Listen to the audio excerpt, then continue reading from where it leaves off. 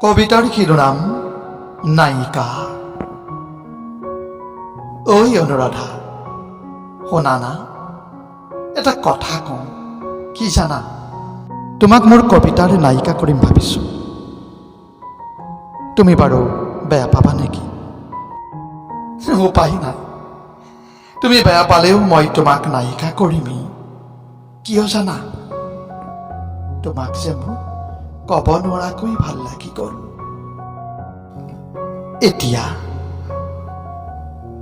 এতিয়া তুমি মোৰ অনুভৱৰ এটি শব্দ, কবিতাৰ এটি মিঠা অনুভূতি আৰু ছন্দ।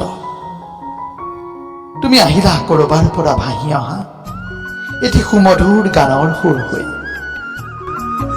হৃদয়ৰ গভীৰত অজানিতে জংকাৰ তুলিলা। ফাগুনৰ ভৰ যৌৱনা পচুৱাৰ দৰে আহিলা, দেহতে লগালা এচাটি প্ৰেমৰ বাহ। ঐ অনুৰাধা, শুনা না, তুমি আহিবাচোন এদিন।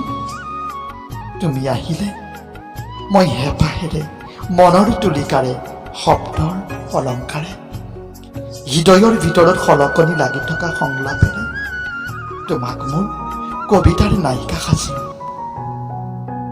ঐ অনুৰাধা, শুনা না, তোমাক এটা কথা কওঁ।